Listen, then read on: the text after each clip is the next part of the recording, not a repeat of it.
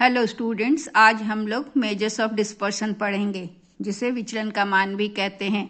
ये स्टैटिस्टिक्स का एक टॉपिक है जो कि इकोनॉमिक्स, एजुकेशन, मैनेजमेंट, स्टैटिस्टिक्स सब जगह इसकी ज़रूरत पड़ती है और सब रिसर्च मेथोडोलॉजी में भी हम स्टैंडर्ड डेविएशन का प्रयोग करते हैं, तो वो भी वहाँ भी इसकी ज़रूरत पड़ती है। तो इस तरह से हम इसको देखते हैं और ये इसको समझते हैं। बहुत शॉर्टकट में इसे समझाया गया है, थ्योरी कॉन्सेप्ट को समझने के लिए ये वीडियो बनाया जा रहा है। तो क्या है कि डेटा को की टेंडेंसी होती है कि वो डिस्पर्स करता है, मतलब कि वो मीन वैल्यू जो होता है उससे स्कैटर्ड होता है। जैसे मीन वैल्यू यहाँ पर है तो डेटा इधर से इधर इधर वो डिस्पर्स करता है, तो ये वेरिएबिलिटी कहलाती है, जो कि सेंट्रल वैल्यू से इधर उधर जाता है। तो सेंट्रल वैल्यू अगर ये मीन है तो डेटा डिस्पर्स करता है, ठीक है।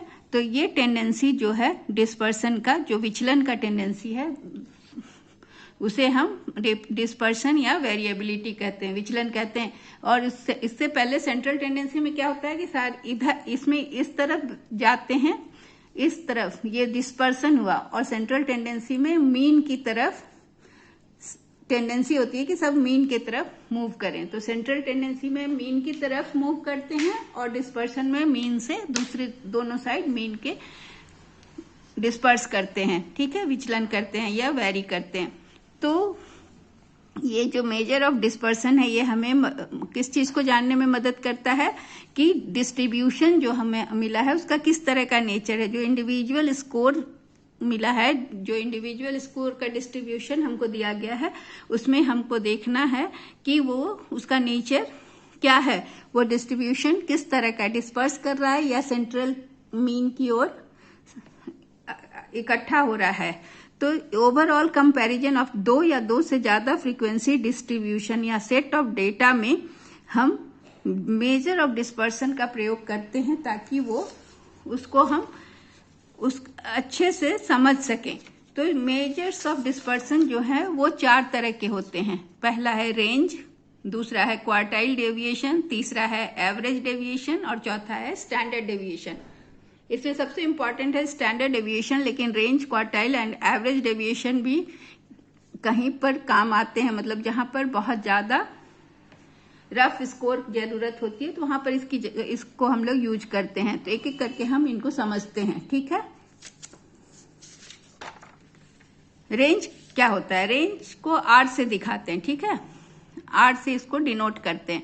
तो ये क्या है? ये सबसे सिंपल है और रफ मेजर ऑफ वेरिएबिलिटी। ये वेरिएबिलिटी का जो है सो रफ स्केच करता है, रफ मेजर करता है। ये क्या करता है? मतलब रफली बताता है। इसका ये डिफरेंस है कि highest and lowest score of the series. Suppose ये आपके कोई सीरीज दिया गया है, डिस्ट्रीब्यूशन दिया गया है, उसका जो हाईएस्ट वैल्यू है और उसका जो लोएस्ट स्कोर है, मतलब लोवेस्ट और हाईएस्ट वैल्यू के बीच में जो अंतर होता है उसको वो रेंज बतलाता है। तो ये केवल क्या बताता है कि पोजीशन ऑफ टू एक्सट्रीम्स बता रहा है कि हाईएस्ट वैल्यू कहाँ तक गया है, लोएस्ट वैल्यू कहाँ से है। तो ये बहुत रिलायबल नहीं होता है। ये कब यूज होता है? इसका प्रयोग तब होता है जब हमें यह जानना होता है कि हाईएस्ट और लोवेस्ट स्कोर जो टोटल स्प्रेड दिया गया है, डेटा का जो स्प्रेड दिया गया है, डेटा का फैलाव जो दिया गया है, उसमें हमें देखना है कि हाईएस्ट वैल्यू क्या है और लोवेस्ट वैल्यू क्या है, ये जानना होता है। तो हम रेंज का प्रयोग करते हैं। अब और ये कब यूज होता है? जब डिस्ट्रीब्यूशन बहुत छोटा होता है, या तब यूज होता है जब हम ये जानते हैं कि एक जो ग्रुप ऑफ डेटा दिया गया है उसमें कितना वेरिएबिलिटी है, कितना डिस्पर्सन है, देखकर ही तुरंत पता चल जाता है, तो इसमें टाइम नहीं लगता है। तो ये केवल रफ मेजर जब हमारी जरूरत होती है तब ये हमें मदद करता है, ठीक है। अगला है क्वार्टाइल डेविएशन। क्वार्टाइल डेविएशन जैसा कि नाम से लग रहा है क्वार्टर है इसमें। क्वार्टर मतलब कि किसी भी चीज को का चौथा हिस्सा, 1/4 जो होता है that is known as quarter. घंटा का चौथाई होता है 15 मिनट, 100 का क्वार्टर होता है 25। इस तरह से ये क्वार्टाइल डेविएशन कहलाता है। ये ऐसा डिजाइन किया जाता है as semi inter quartile range और is computed by the formula Q is the quartile. और इसको किसी भी डेटा को हम 4 हिस्सों में बांटते हैं, तो Q3 - Q1 डिवाइडेड बाय 2, तब हमें क्वार्टाइल का वैल्यू मिलता है। तो सपोज 100 डाटा है, अगर डेटा का अगर मान लीजिए कि 100 डेटा दिया गया, 100 नंबर्स ऑफ डेटा, तो उसको हम 25 25 25 करके 4 हिस्सों में बांटेंगे। तो Q3 और Q1, पहला Q1 होगा 25 और Q3 क्या होगा 75। उसमें इसको डिवाइड करके, उसको माइनस करके, उसको जब 2 से डिवाइड करेंगे तो हमें क्वार्टाइल का वैल्यू पता चलता है। तो जहां Q1 क्या है और Q3 represent the first and third quartile of the distribution. जो भी डिस्ट्रीब्यूशन हमको मिला है उसका पहला क्वार्टाइल Q1 होता है और उसका तीसरा क्वार्टाइल Q3 होता है। मतलब उसको क्वार्टर में बांटते हैं, 4 हिस्से में बांटते हैं, उसके बाद एक एक हिस्सा एक क्वार्टर कहलाता है। तो value of Q3 and Q1 is the difference of range between third and first quartile. Third quartile और फर्स्ट क्वार्टाइल में क्या अंतर है? सपोज थर्ड क्वार्टाइल 75 है और फर्स्ट क्वार्टाइल 25 है, तो इसको हम 2 से डिवाइड करेंगे तो ये क्या आया 50/2, सो इट इज 25। ठीक है, तो इसको हम सेमी इंटर क्वार्टाइल रेंज भी कहते हैं, जिसको कि हम शॉर्ट में SIR कहते हैं, semi inter quartile range. So it is called SIR also. जो कि किस चीज के बारे में बताता है sir? Which says about the how data is dispersed from the mean. मतलब ये बताता है कि मीन से, जैसे मीन का मतलब क्या हुआ, सेंट्रल वैल्यू से डेटा कितना अलग है, कितना विचलित है, कितना डिस्पर्स्ड है। क्वार्टाइल क्या होता है? वह पॉइंट होता है जिसमें कि ऑन द स्कोर स्केल उसके नीचे given quarter of the cases लाई।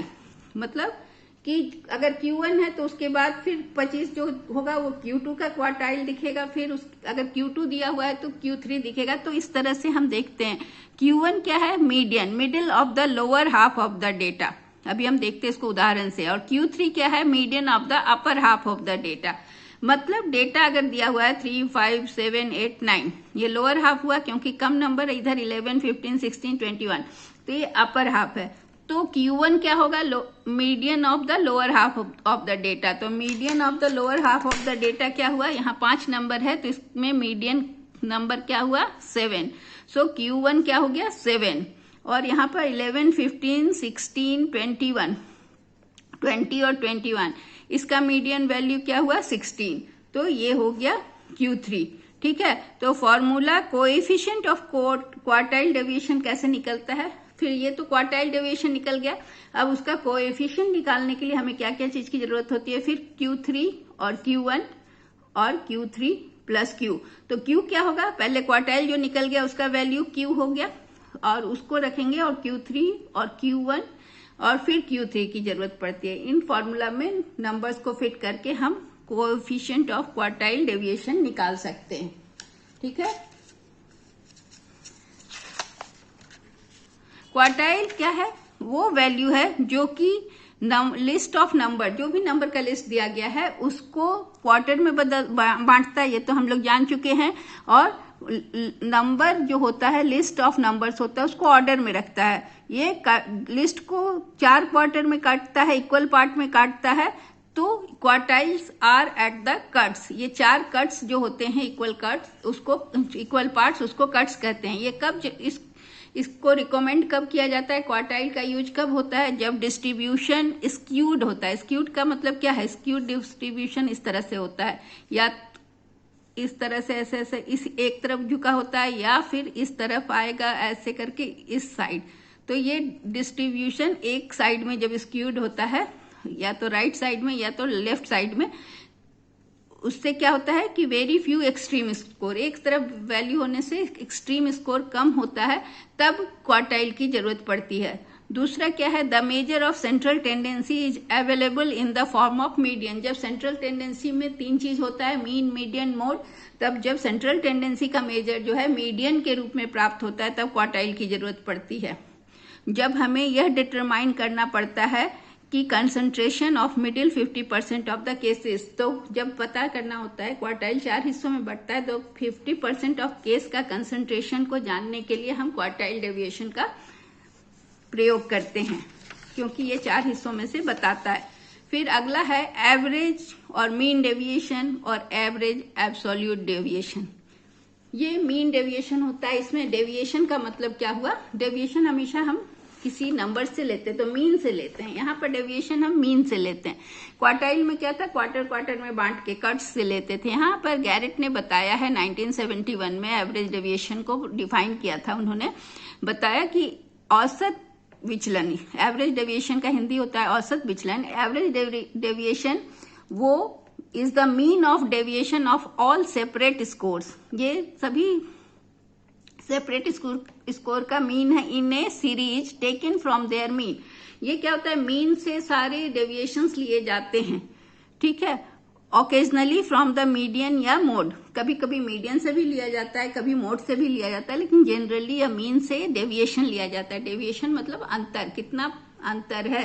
तो it is the simplest major of variability. ये विचलन का सबसे सिंपल मेजर है जो कि फ्लक्चुएशंस या variations of all the items in a series. इसमें क्या है कि ये सभी आइटम को कंसीडर करता है, जितने भी आइटम सीरीज में हैं उनके सारे फ्लक्चुएशंस या वेरिएशंस को कंसीडर करता है।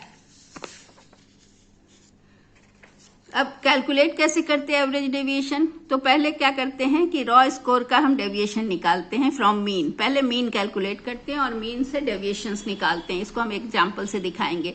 उसके बाद जब डेविएशंस ले लिए, फिर सम ऑफ ऑल डेविएशन हम लेते हैं। They should all B positive numbers because absolute value operation. इसमें क्या है कि हम एब्सोल्यूट पूरा वैल्यू लेते हैं, इसलिए हम जो भी अगर पॉजिटिव या नेगेटिव जो भी हो सबको हम पॉजिटिव मान के चलते हैं, उनका नेगेटिव साइन को हम इग्नोर करते हैं और उसके बाद उसको हम डिवाइड करते हैं नंबर ऑफ डेविएशन से विच वी एडेड टुगेदर। तो इस फॉर्मूला क्या है, फॉर्मूला है एवरेज डेविएशन का sigma bar x by n in case of ungrouped data. जब डेटा अनग्रुप्ड है और जब वहां पर एक्स क्या है, एक्स माइनस एम, मतलब एक्स जो दिया हुआ वैल्यू है और उसको हम लोग मीन से माइनस करते हैं। Deviation of raw score, x is the raw score, deviation from mean, ये मीन है of the series, and x under bar क्या कहलाएगा, signifies that in the deviation value we ignore algebraic signs. जब ये बार के अंदर जब आ जाता है वैल्यूज, तो उसमें हम क्या करते हैं, प्लस माइनस के साइन को इग्नोर करके लेते हैं। अगर नहीं इग्नोर करेंगे तो वो वैल्यूज 0 हो जाएंगे। तो computation of average deviation from group data, वो तो हमने अनग्रुप डेटा का देखा। जब ग्रुप डेटा होगा तो उसमें फ्रीक्वेंसी होती है, ग्रुप में कोई भी स्कोर का फ्रीक्वेंसी होता है। तो जहां एक्स क्या हुआ, एक्स माइनस एम, एफ है फ्रीक्वेंसी और नंबर। तो यहाँ पर क्या करते हैं, हम एफ को एक्स से मल्टीप्लाई करते हैं। एक्स क्या है, एक्स माइनस एम, मतलब रॉ स्कोर माइनस मीन। तो ये मेजर कब यूज होता है, जब स्कोर नॉर्मल है या नियर टू नॉर्मल है। ये कब जरूरत पड़ती है इसकी, जबकि all deviations from mean according to their size, जब हमको वो सारे डेविएशंस को वे करना होता है, मापना होता है। It is less reliable measure of variability, क्योंकि इसमें हम डेविएशंस को इग्नोर करते हैं, प्लस माइनस साइन को इग्नोर करते हैं। इसको हम एक एग्जाम्पल से समझते हैं। ये देखिए, अनग्रुप डेटा में ये एवरेज डेविएशन निकालने का तरीका बताया गया है और ये ग्रुप डेटा में। तो पहले हम अनग्रुप डेटा को देखते हैं। तो स्कोर्स हमें रॉ स्कोर्स दिया हुआ है, इसमें 15, 10, 6, 8, 11। तो ये 5 n हमारा 5 होगा, क्योंकि अनग्रुप डेटा है तो इसमें फ्रीक्वेंसी नहीं है, इसलिए इसका नंबर हम काउंट करेंगे 1, 2, 3, 4, 5। तो ये 5 है। अब क्या करना है, हमारा मीन निकालना है। मीन कैसे निकलेगा, तो जितना स्कोर है उसको टोटल नंबर ऑफ आइटम्स से डिवाइड करेंगे। तो 15 प्लस 10 प्लस 6 प्लस 8 प्लस 11 को 5 से डिवाइड किया तो हमारा मीन आ गया 10। ठीक है, इस 10 से हमने क्या किया, x माइनस एम, तो हमारा m यहाँ पर क्या हो गया 10। ठीक है, और x दिया हुआ है, ये x है। ठीक है, ये x है और m हमारा 10 है ये। ठीक है, अब इसको हमने माइनस किया तो 15 माइनस 10 5, 10 माइनस 10 0, 6 माइनस 10 ये -4 आ गया, 8 माइनस 10 -2, 11 माइनस 10 1। अब ये हम x को अंडर बार ले रहे हैं, बार नहीं इसको क्या बोलते हैं, तो हम अभी पर यहाँ पर अभी बार बोल के बता रहे हैं। तो इसको क्या करते हैं, x जो है उसमें हम इसके साइन को इग्नोर कर दिया। देखिए यहाँ 4 माइनस था, ये -2 था, तो इसको हमने इग्नोर कर दिया।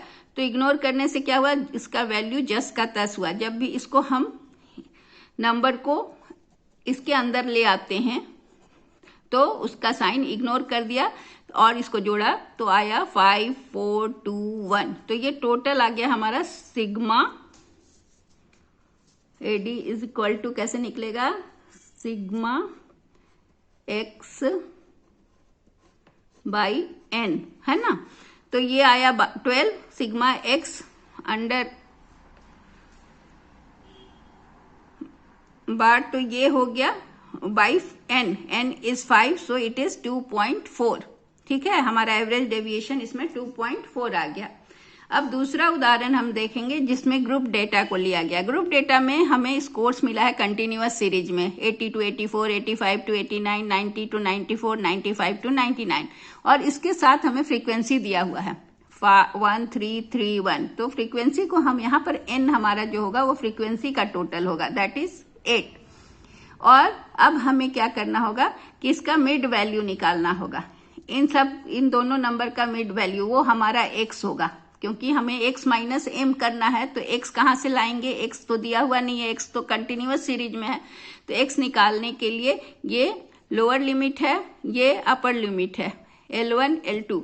तो इसका मिड वैल्यू कैसे निकलेगा, एक को करके बता रहे हैं, L1 plus L2 divided by 2। So it is 80 plus 84 divided by 2. It will be 164 by 2. So it is 82. तो ये हो गया हमारा 82। ठीक है, अब हम देख रहे हैं इसी तरह से सबका मिड वैल्यू हमारा निकल जाएगा। ठीक है, तो ये मिड वैल्यू हमारा निकल गया। अब हमें निकालना है fx। तो ये है हमारा f, ये है x। ठीक है, ये टेबल 1, ये 1, दूसरा इस तो fx क्या हुआ 1 into 2 जो हमने कॉलम लिया, तो इसको और इसको मल्टीप्लाई किया तो 82 into 1 82, 387 261, 392 276 एंड 1 into 97 97।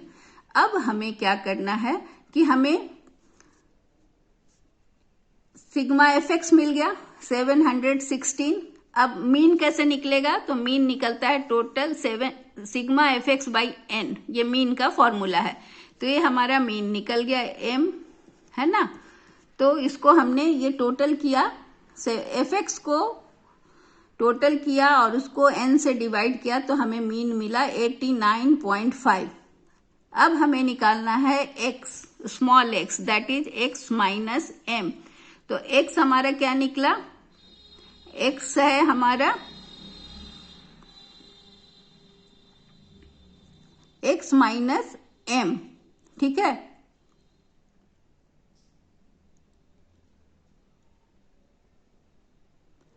तो 89 है हमारा 89.5 x m है और x है मेरा 82 पहला वाला का, ये 82 माइनस 89.5 82 ये x माइनस m है ये, तो पहला आया ये, दूसरा आएगा 87 माइनस 89.5, तीसरा आया 92 माइनस 89.5, ये दूसरा, ये तीसरा, और चौथा आया 97 माइनस 89.5। तो जब हम माइनस किए तो हमें मिला क्या क्या वैल्यू, पहला मिला -7.5, दूसरा मिला -2.5, तीसरा मिला 2.5 और चौथा मिला 7.5। तो ये हमें मिल गया x माइनस m करने से ये वैल्यू हमने पाया, ये वैल्यू हुआ हमारा x। ठीक है, क्लियर है। अब हमें क्या करना है कि सिग्मा अंडर बार fx, तो एफ एक्स हम ले लिए। अब एफ एक्स कैसे निकलेगा, तो ये एक्स है, ये हमारा हुआ तीसरा, ये हुआ चौथा, तो इसको कैसे निकाले हम, तो f क्या है 1 और इंटू 4, ठीक है, 1 इंटू 4 किए तो ये पांचवा निकला, तो 1 इंटू 4 ये है 1, ये है 4, तो 1 इंटू 7.5। अब यहाँ हमें क्या करना है कि इग्नोर करना है, प्लस माइनस साइन को इग्नोर करना है, तो ये 7.5 हुआ, फिर 3 इंटू माइनस 2.5, ये 7.5, 3 इंटू माइनस 2.5, ये तो प्लस ही है इसलिए साइन इग्नोर नहीं करना, ये दोनों का साइन इग्नोर किया गया, तो इस तरह से 1 इंटू 7.5, तो ये चारों 7.5 आया तो 30 हो गया। तो हमारे पास ये 12 के अंदर जो एफ एक्स आया, तो इसका टोटल कितना आया, सिग्मा एफ एक्स आया हमारा 30, यहाँ पर ये 30, और इसको हमने डिवाइड किया 8 से, तो हमारा एवरेज डेविएशन क्या आया 3.75। सो क्लियर है। इसमें हमने आपने देखा कि किस तरह से हमने साइन को इग्नोर किया, ठीक है।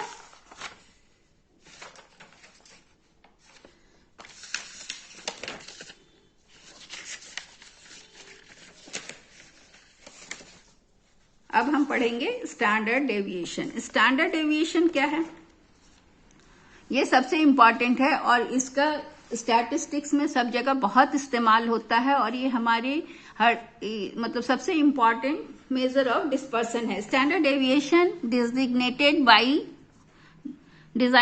बाय ये, इसको हम इस तरह से दिखाते हैं सिग्मा से, इसको सिग्मा बोलते हैं, is the square root of the arithmetic average of squared deviations of scores from mean of the distribution. इसमें क्या होता है कि हम जो भी मीन से डेविएशन निकालते हैं उसका स्क्वायर रूट होता है, ये इस डेविएशन निकालते हैं उसको स्क्वायर करते हैं और उसके बाद फिर उसका स्क्वायर रूट निकालते हैं। It is regarded as the most stable and reliable measure of variability. ये सबसे रिलायबल होता है और स्टेबल होता है, क्योंकि ये मीन को इसके कंप्यूटेशन के लिए इसका कंप्यूटेशन जो होता है, इसका जो हम कैलकुलेशन करते हैं वो मीन पर आधारित करते हैं, और एल्जेब्रिक साइन जो भी प्लस माइनस होता है उसको हम इग्नोर नहीं करते हैं, इसलिए ये सबसे ज्यादा रिलायबल होता है। अब अनग्रुप डाटा का फार्मूला क्या है, देखिए डेविएशन को स्क्वायर किया और इसका स्क्वायर रूट, तो sigma is equal to under root sigma x square by n, या फिर x कैसे निकलता है ये आपको पता है, x माइनस एम करते हैं हम, अभी देखा था ना डेविएशन के लिए x माइनस एम करते हैं तो वो हमें स्मॉल x का वैल्यू देता है, तो या तो उसको ऐसे लिखिए या तो x माइनस एम का होल स्क्वायर करिए और डिवाइडेड बाई n। तो ये ग्रुप डेटा अनग्रुप डेटा में हुआ, और ग्रुप डेटा का फॉर्मूला क्या है, वहां पर हमारे ग्रुप डेटा में क्या आ जाता है, फ्रीक्वेंसी। तो वहां पर जब फ्रीक्वेंसी होता है तब फिर वही फॉर्मूला होता है, उसमें एफ से गुना करते हैं, तो sigma f x square by n, root under sigma f x square by n. ये हुआ डायरेक्ट मेथड, इसे हम कहते हैं डायरेक्ट मेथड से कैलकुलेशन।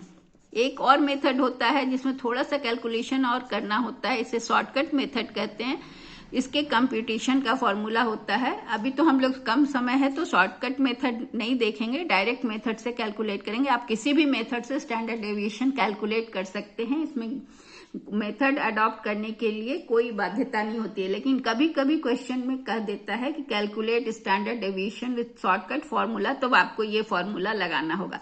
तो फॉर्मूला लगाने में क्या है कि आपको ये जो चीज दिया है वो सारा चीज कैलकुलेट करना है और उसके बाद फिर स्क्वायर रूट के अंदर लिख के बना लेना है। तो पहला है sigma f x dash square by n, ठीक है, और उसके बाद है सिग्मा एफ एक्स का होल स्क्वायर। तो इसको हम जो चीज मांग रहा है वो कैलकुलेट करके उसका स्क्वायर रूट निकालेंगे, तो ये हमें इसका रिजल्ट मिल जाएगा, ठीक है।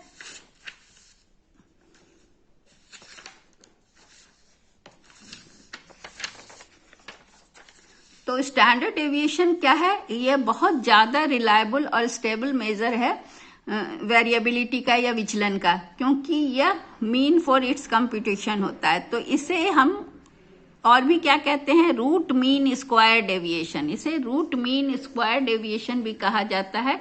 और इसे ग्रीक लेटर सिग्मा से डिनोट किया जाता है। ठीक है, स्टैंडर्ड डेविएशन कहाँ पर रिकमेंडेड होता है, कहाँ जरूरत पड़ती है? इसकी जरूरत बहुत पड़ती है स्टैटिस्टिक्स के कैलकुलेशन में, रिसर्च मेथोडोलॉजी में बहुत जरूरत होती है।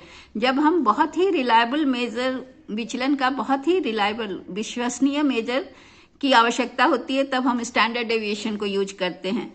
जब there is need of computation of correlation coefficient, जब हम कोरिलेशन कोएफिशिएंट निकालते हैं तो सिग्निफिकेंस ऑफ डिफरेंस निकालते हैं बिटवीन मीन, और इस तरह की जब भी जरूरत होती है कोवेरिएंस निकालते हैं तो हम स्टैंडर्ड डेविएशन का स्क्वायर करते हैं। तो उस समय स्टैंडर्ड डेविएशन की या सिग्मा की जरूरत होती है। जब डिस्ट्रीब्यूशन नॉर्मल होता है या नियर टू नॉर्मल होता है तब स्टैंडर्ड डेविएशन का यूज होता है। और मेजर्स ऑफ सेंट्रल टेंडेंसी अगर मीन के रूप में अवेलेबल हो तब स्टैंडर्ड डेविएशन का हम प्रयोग करते हैं। ठीक है, इसको अब हम एक उदाहरण से समझते हैं। इसमें हम स्टैंडर्ड डेविएशन हमने कैलकुलेट किया है ग्रुप्ड और अनग्रुप्ड डेटा में। तो अनग्रुप्ड डेटा में क्या होता है कि डेटा का ये नंबर दिया हुआ है। ठीक है, 8 आइटम्स दिए हुए हैं जो जिसे हम एक्स बोल रहे हैं। तो ये 52, 50, 56, 58, 65, 62, 57। तो ये क्या हुआ कि एक्स, हमें यहाँ मीन निकालने के लिए क्या करना होगा? मीन निकालने का फॉर्मूला है सिग्मा एक्स बाई एन। ठीक है, तो हमारा एक्स ये है, तो एक्स को टोटल किया तो आया 480 डिवाइडेड बाई 8, तो मीन कितना आया? मीन हमारा 60 हो गया। ठीक है, ये मीन है हमारा। अब हमें निकालना है एक्स स्मॉल एक्स, क्योंकि फॉर्मूला क्या है? Root square of sigma x square. तो ये स्मॉल एक्स क्या है? X minus m. ठीक है, तो x माइनस एम हमें निकालना है। तो m हमारा 60 है और x ये है, तो इसको 60 से माइनस करेंगे तो 52 माइनस 60 माइनस 8 आया, 50 माइनस 60 माइनस 10 आया, 56 माइनस 60 माइनस 4 आया, फिर 68 माइनस 68, 65 माइनस 65, 62 माइनस 62, 57 माइनस 60, फिर माइनस 3 आ गया, 70 माइनस 60, 10 आया। तो ये जो वैल्यू आ गया हमें मिल गया। अब हम वैल्यू को कहीं चेंज नहीं कर रहे हैं ना, साइन को चेंज कर रहे हैं। हम क्या कर रहे हैं? ये जो x का वैल्यू आया इसको हम स्क्वायर कर दिए। ठीक है, स्क्वायर करने से माइनस वैल्यू अपने आप खत्म हो गया। तो 8 का 64 हो गया स्क्वायर, 10 का 100, 4 का 16, 8 64, 5 25, 2 4 3 9 और 10 का 100। अब हम इसको ऐड करते हैं। ऐड करने से हमें टोटल मिला 382। ठीक है, तो सिग्मा एक्स स्क्वायर आया 382। अब फॉर्मूला क्या बोलता है कि root under sigma x square by n. तो हम क्या किए? रूट अंडर 382 को 8 से डिवाइड किए। What we got? We got 47.75%। अब इसका स्क्वायर रूट निकालेंगे। स्क्वायर रूट निकालना तो सबको आता होगा, तो स्क्वायर रूट निकाले तो ये आंसर आया। तो स्टैंडर्ड डेविएशन का वैल्यू अनग्रुप डेटा का क्या आया? 6.91। अब हम ग्रुप डेटा का देखेंगे। अब ये ग्रुप डेटा दिया हुआ है, इसमें थोड़ा सिंप्लिसिटी के लिए मैंने मीन को ले लिया है कि मीन गिवन है, मीन इज 115। ठीक है, अगर नहीं दिया होगा तो मीन हमें कैलकुलेट करना होगा। कैसे कैलकुलेट करेंगे? तो मीन का फॉर्मूला है sigma f x by n. ठीक है, sigma f x by n, मैं फिर से यहां लिख रही हूं, sigma f x by n is the value of mean.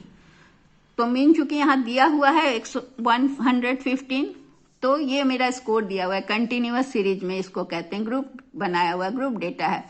तो 100 बाई 102, 103, 105, 106, 108, 109, 111 और फ्रीक्वेंसी दिया हुआ है। ये चीज हमें दिया हुआ है और मीन दिया हुआ है, 3 चीज दिया हुआ है। अब हमें क्या क्या कैलकुलेट करना है? हमें एक्स स्क्वायर एक्स कैलकुलेट करना है, एफ दिया हुआ है, एक्स कैलकुलेट करना है। और एक्स कैलकुलेट करने के लिए हमें क्या करना होगा? एक्स माइनस एम करना होगा।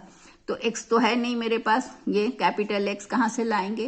तो इसका जो मिड वैल्यू है वही एक्स होगा। अभी हमने पहले बताया पिछले ये में कि मिड वैल्यू कैसे निकलता है? L1 ये L2 है, ये लोअर लिमिट है, ये अपर लिमिट है, तो दोनों को जोड़कर हम निकालते L1 plus L2 divided by 2। तो 100 प्लस 102, को हम डिवाइड करके 2 से डिवाइड करेंगे तो ये 202 होता है, तो हमारा मिड वैल्यू आया 101। इसी तरह से हम चारों का निकाल लिए, तो ये हमारे मिड वैल्यू आ गए। तो इसको हम x से डिनोट किए। तो ये पहला मेरा हो गया कॉलम, ये हो गया दूसरा, और मिड m दिया हुआ है, m इज गिवन 115, ठीक है, ये दिया हुआ है तो सबके लिए वही है। तो ये हम क्या करेंगे कि अब ये तीसरा हो गया। अब हमें x प्राप्त करने के लिए, स्मॉल x प्राप्त करने के लिए क्या करना होगा, 2 - 3। ये जो कॉलम है 2 - 3 हमने किया, मतलब x माइनस m, तो 100 - 115 किया तो क्या मिला मुझे, 14। फिर 104 - 115 किया तो -11। फिर 107 - 115 किया तो -8, एंड 110 - 115 किया तो यहाँ पर आएगा ये -5, ये गलत हुआ है यहाँ पर, ठीक है। तो ये यहाँ पर ये 25 आएगा, तो थोड़ा हम फिर से कैलकुलेशन करेंगे, ठीक है। तो फिर है f(x²). अब क्या करना है, ये मिल गया, अब हम इसको स्क्वायर करेंगे। ये पहले x² निकाल लेंगे, ये चौथा था, ये पांचवा हम x² निकाल लेंगे, तब छठा में हम f से इसको मल्टीप्लाई करेंगे। तो x² कैसे किया, 14 का स्क्वायर होगा 196, 11 का 121, 8 का 64 एंड 5 का 25। अब fx² में क्या करेंगे कि ये 5 है, 5 × 1, ठीक है, तो हमें fx² मिलेगा, क्योंकि ये x² है, इसको f से मल्टीप्लाई करेंगे तो fx², तो 196 × 1 196, 121 × 1 121, 2 × 64 128, 4 × 500 इट इज 100। तो अब हम टोटल करते हैं, हमारा यहाँ पर थोड़ा सा मिस्टेक हुआ था, इसलिए फिर से टोटल करते हैं। 6 1 7 8 15, ये सिग्मा fx² हमारा आ रहा है 15, फिर 10 to 12 14, 2 3 4 555, 100 का फर्क हो गया था, तो यहां पर हम इसको करेंगे 545। तो ये वैल्यू अलग आएगा। 545 को हम 8 से डिवाइड करते हैं तो इट विल बी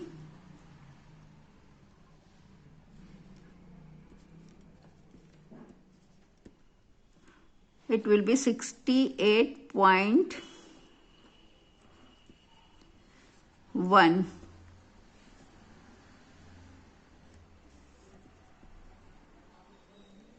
12। ये हो जाएगा हमारा 545 को अगर हम स्क्वायर रूट निकालेंगे तो 68.12। अब इसका हम स्क्वायर रूट निकालते हैं तो होगा 12 का स्क्वायर रूट, थोड़ा पॉइंट का फर्क होगा,